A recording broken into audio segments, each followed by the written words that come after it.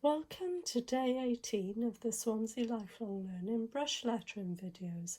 I'm Judith Porch, and today we're going to be looking at the final three letters of the alphabet. That is the K, the S and the Z. So first of all, let's start with the letter K. Start simply with the downstroke, which you should all be familiar with by now. So starting at the top, even pressure all the way down. When you reach the bottom, stop and lift. So this next stroke now is the same as the stroke that we did on the letter V on the right hand side, and also very similar to the dots that we've been doing. So it starts on a bit of an angle. If you're thinking about the width of your letter N, so think about round about the same distance. So I'm starting here, and then I'm going to ease my pressure as I get closer to the stem of the letter. So you see you've got this triangular shape. So this is what you're aiming for, and it is important to leave a little bit of air here so you don't join onto the stem. It just looks a little nicer.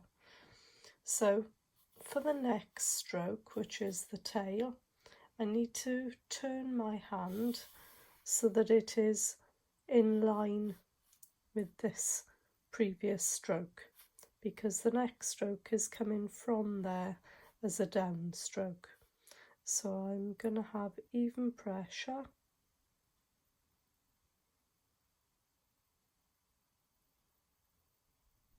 and then as I reach the end, I'm lightening my pressure. If you want to put a tiny tail on that, you can. So you can see this gives you a very nice shape. The tail is wider than the top. That's really important. And you'll find with most calligraphy, you can see with the S here, if there is a top and a bottom, and with the Z, the top will be shorter than the bottom. This is to maintain the balance of the letter, and things look more stable if they are weighted this way with the weight on the base rather than at the top. If the weight is this way, it's a bit uneven and it's unbalanced because it has a small base to rest on. So keep that nice and strong. Aim for that stronger, slightly longer tail as well. So I'll do that again for you.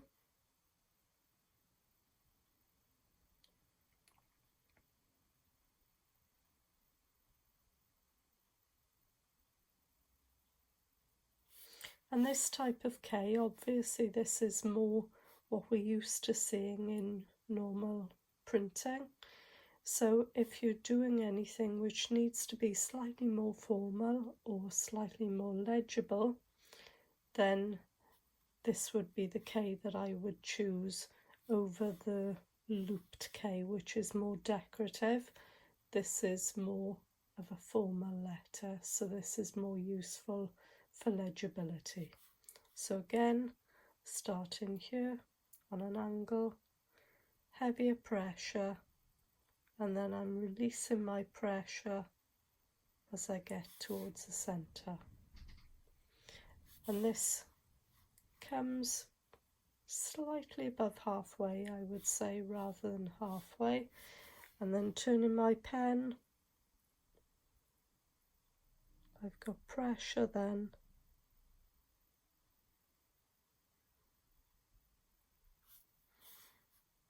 and then your little tail at the end. So you can see the balance is important. So let's move on to the S now, and this, as you can see, is wider at the bottom than it is at the top. So we'll start at the top, and it's very much like we were doing for the letter A. So you're pushing and curving. So push and then release your pressure, so this gets this nice elegant shape here, which is tapering. Then you need light pressure just to come across and to the other side, and then you've got the heavy pressure again then, and this is a slightly flattened curve here, and then the flick slight, but you don't have to do that as a flick, you can just add that on later if you like. And then again we've got the little flick down, which the little serif, which is the same as we had with the letter C. So press and release. So I'll do that again for you. Press, release, so you get the nicer curve. Come across, and if you notice I'm coming further out than the top of the letter, that's important because the top of the letter needs to be shorter than the bottom. So if you stop this too soon, it'll look top heavy and it'll look like it's going to fall over. So then press, come down,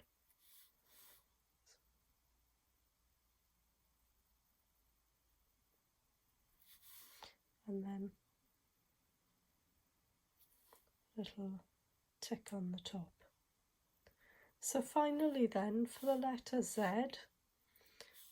it's very similar to this stroke where we have the little wedge, but it's starting from the left hand side and getting lighter to the right.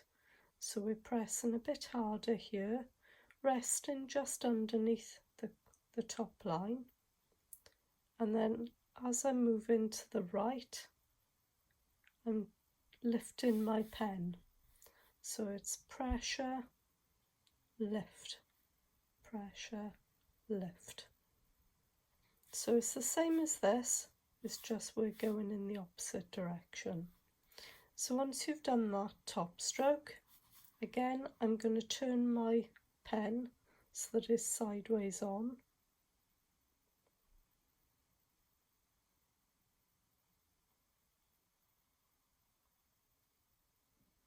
To get my thicker cross stroke, because if I don't get a thicker cross stroke there, it's going to make the letter look very weak. I'll show that to you in a minute, but let's do the tail. So then you're using lighter pressure and then giving a little bit more pressure at the end.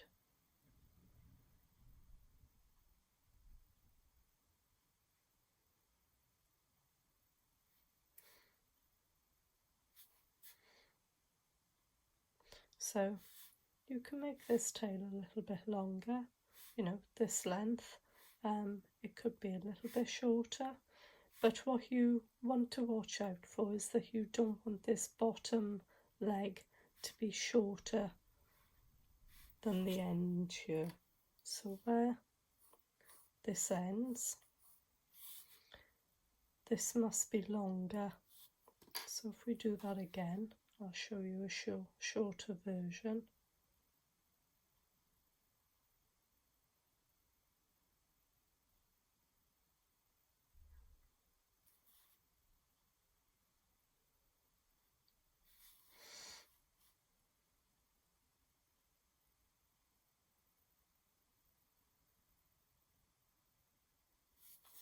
So if I do a downstroke from there, thinking about the width of the letter N here, so we want to remember to keep things the same sort of width, so that's what I'm basing that width on. You can draw the line as well, if that will help you. And then I need to make sure that this comes slightly longer. There we are. I think that's a little bit more restrained and a nicer letter. So this is what you need to be aware of, that this is in line here, or can be slightly shorter, but this must be, the tail must be slightly longer to get the balance of the letter. So I'll show you the incorrect centre stroke.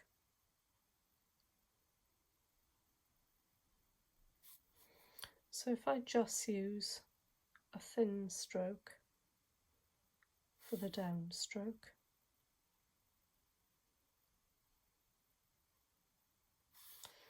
it just looks really weak and insubstantial. You can see that this doesn't balance with any of the other letters.